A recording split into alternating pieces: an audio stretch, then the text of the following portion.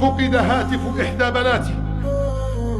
دخلت علي تلك الفتاة تبكي: يا أبي، سقط هاتفي ولكنه وقع في يد شخص يعرفنا، صار يرسل لنا تهديدات: إما أن تحضروا للمبلغ الفلاني، وإما أن أنشر صوركم العارية التي وجدتها على هواتفكم على وسائل التواصل.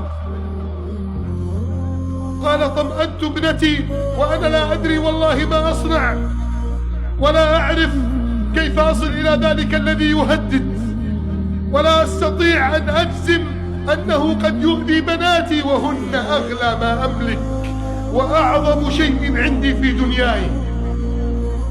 لكني تذكرت حديث النبي صلى الله عليه وسلم: من ستر مسلما ستره الله في الدنيا والآخرة. تذكرت هذا الحديث.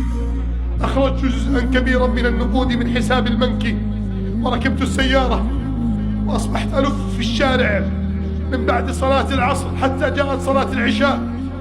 وجدت امرأة جالسة على الرصيف في حال مزرية، معها ولدها الصغير لم يجاوز 6 سنوات أو 7. قلت لها: أريدك أن تأتي معي. قالت: إلى أين؟ قلت: تعالي معي، امشي معي بجواري إلى هذا المحل.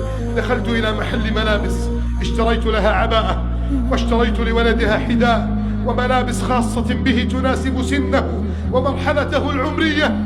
وقلت: لا أريد منك إلا أن تقولي: اللهم استر بنات فلان، اللهم كما سترني استر بناته.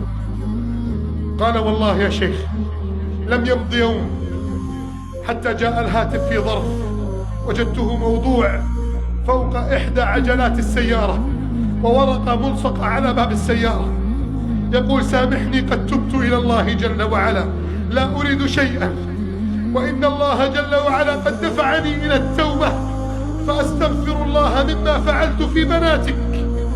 حينها أدركت أن الستر والصدقة والعطاء يجران الخير إلى العبد جرا، ويصرفان عنه الشر صرفا، ويأخذان بزمام قلبه إلى طاعة الله ومرضاته.